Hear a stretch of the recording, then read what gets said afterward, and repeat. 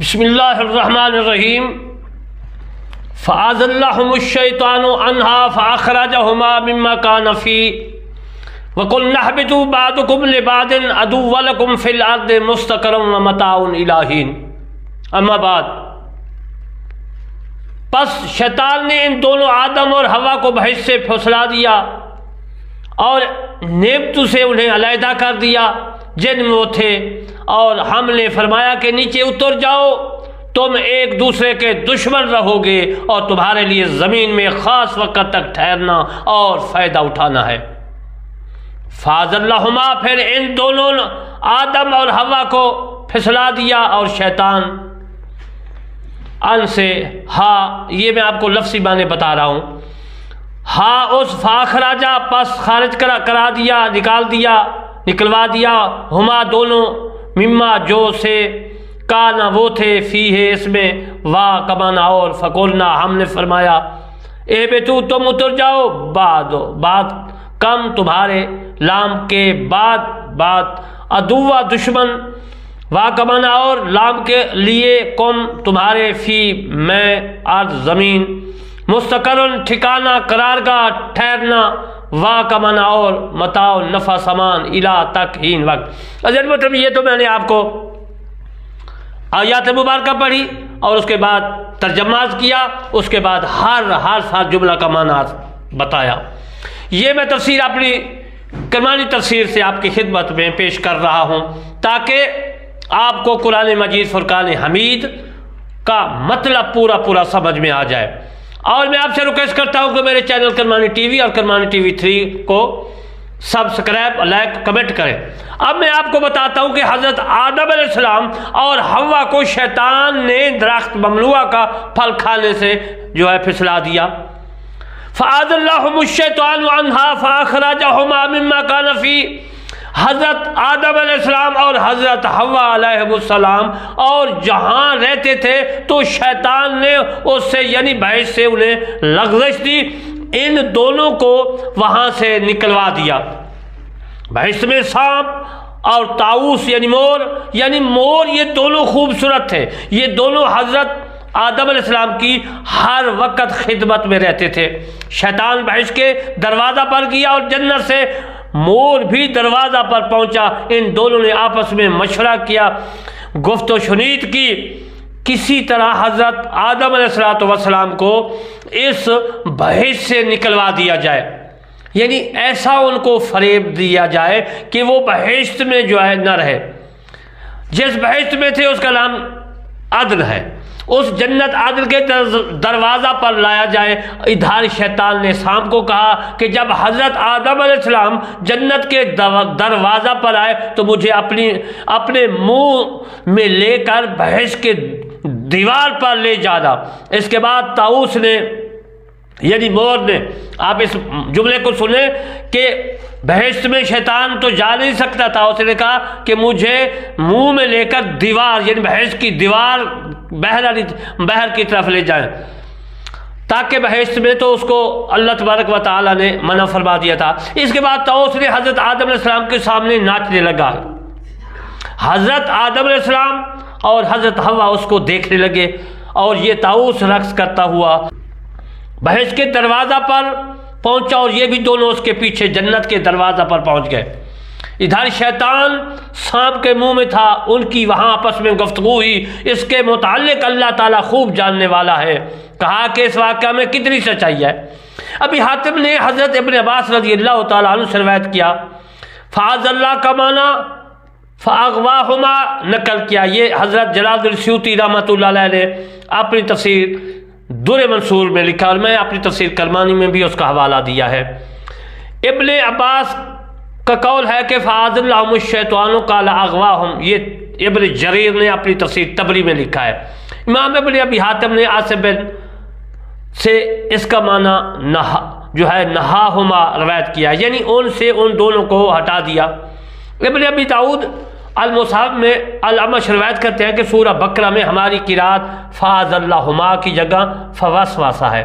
یہ حضرت جلال الدین سیوطی رحمۃ اللہ علیہ نے اب تفسیر در منصور میں لکھا ہے۔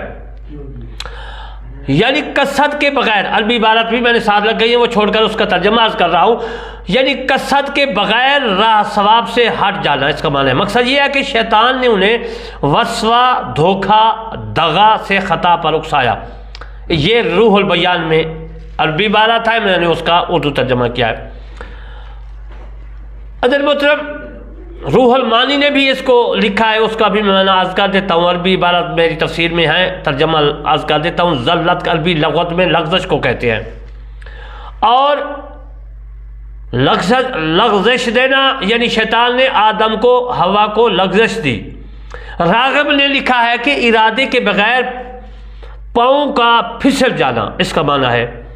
اور کشاف بیروت میں زمخشری نے بھی لکھا ہے اسی طرح۔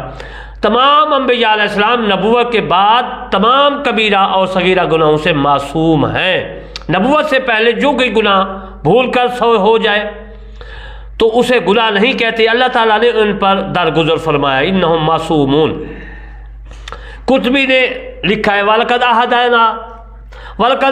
إِلَىٰ آدَمَ کی جو سورۃ طٰہٰ پارہ 16 میں اللہ تبارک و تعالیٰ نے فرمایا ہے، اور بے شک ہم نے آدم کو اس سے قبل ایک تاکیدی حکم دیا تھا تو وہ بھول گیا تاکیدی حکم، اور ہم نے اس کا قصد نہ پایا۔ وہ تاکیدی حکم کیا تھا میں عرض کرتا ہوں، وہ تاکیدی حکم تھا فَقُلْنَا يَا آدَمُ إِنَّ هَٰذَا عَدُوٌّ لَكَ وَلِزَوْجِكَ، یہ 16 پارے میں سورۃ طٰہٰ آیات 117 کی آیات ہے۔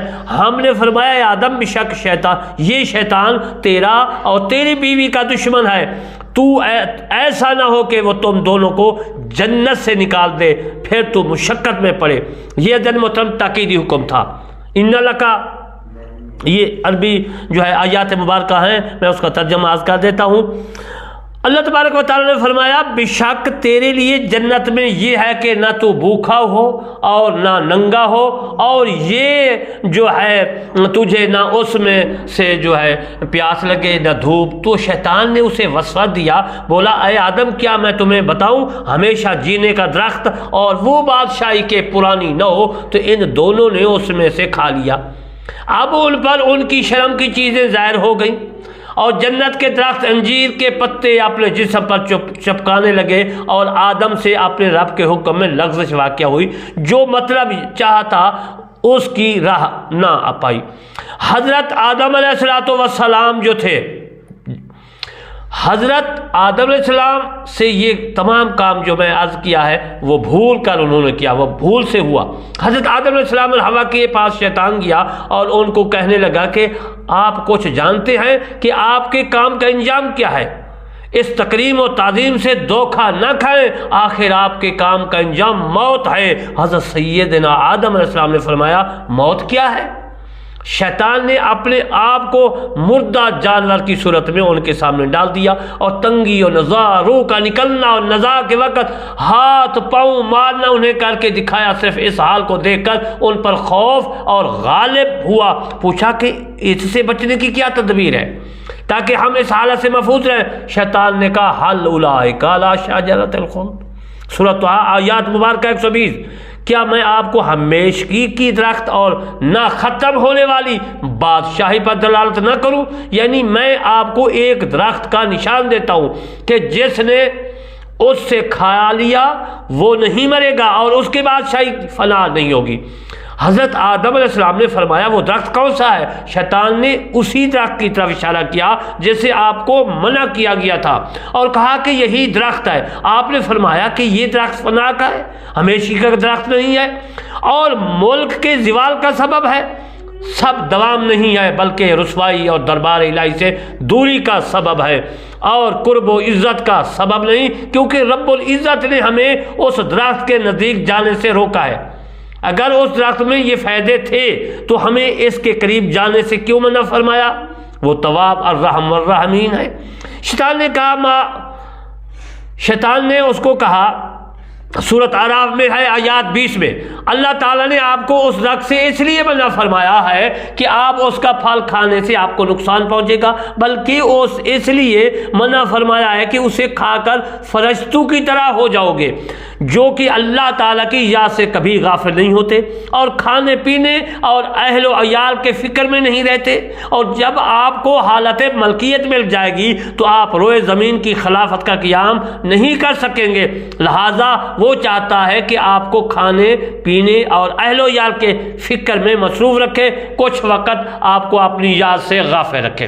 عزیز محترم، یہ شیطان نے جو ہے حضرت آدم علیہ السلام سے جو گفتگو کی، یہ الفاظ تھے، تاکہ وہ شیطان اب کیا کہہ رہا ہے، کہتا ہے آدم کو تاکہ آپ کے ذریعے جو ہے خلافت کا سر انجام دے، پس حقیقت میں اللہ تعالیٰ کا ارادہ یہ ہے کہ آپ اس سے دور رہیں، اور اس درخت کا میوہ کھانا قرب اتصال کا سبب ہے، پس یہ منع فرمایا اس کی مانند کہ بادشاہ کی کسی کو مہم کی تدبیر کے لیے دور بھیجتے ہیں تو دربار کی خدمتوں کا حکم نہیں دیتے، اس لیے کہ آپ اس درخت کا میوہ کھانے کی وجہ سے بہشت سے نکالے جانے کے قابل نہیں رہیں گے اور بہشت میں موت نہیں آئے گی۔ اللہ تعالیٰ کا ارادہ یہ ہے کہ آپ جنت کی سکونت سے خلافت کا طریقہ اور عین یاد کر کے دنیا میں جائیں اور وہاں آپ کو موت لاحق ہو، تاکہ آپ کی نسل صدیوں تک روئے زمین کی خلافت جو ہے پر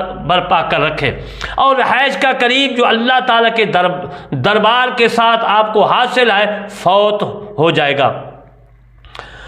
قصہ مختصر کرتا ہوں کہ یہ طویل جو ہے میری تفسیر بن جائے گی کرمانی، میں مختصر کر رہا ہوں اس قصے کو۔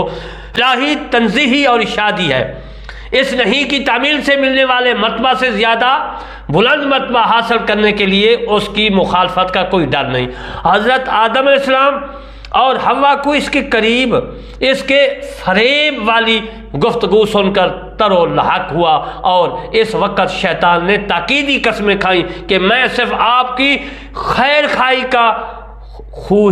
خواہی کا ارادہ رکھتا ہوں، کیونکہ میری طرف سے آپ کے حق میں بے ادبی واقع ہوئی ہے، میں نے آپ کو سجدہ نہیں کیا تھا کہ میں نے سجدہ نہیں کیا اور اس کی وجہ سے ملعون ہوا، اب میں چاہتا ہوں کہ اس بے ادبی کی علائش کو اپنے سے دھو ڈالوں اور آپ کو ایسے مرتبہ پر پہنچاؤں کہ عمر بھر آپ میرا شکریہ ادا کرتے رہیں۔ حضرت آدم علیہ السلام کے دل میں یہ بات آئی کہ مخلوق میں سے کسی کو یہ طاقت نہیں کہ اپنے خالق کی قسم اس تاکید سے کھائے، بے شک اس نے سچ کہا ہوگا۔ امام ابن جریر اور امام ابن ابی حاتم نے حضرت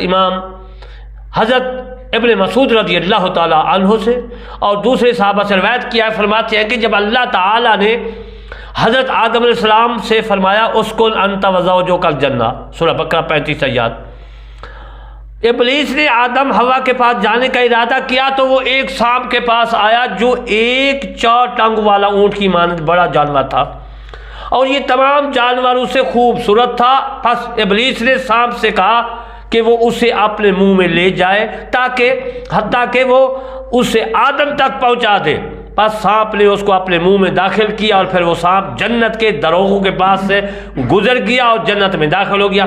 پہلے میں نے ایک روایت عرض کی کہ وہ جنت کی دیوار کے بغیر کھڑا رہا سانپ شیطان کو منہ میں لے کر، اور آدم نے بہشت میں کھڑے ہو کر جو ہے اندر سے دیوار کے اندر سے گفتگو کی۔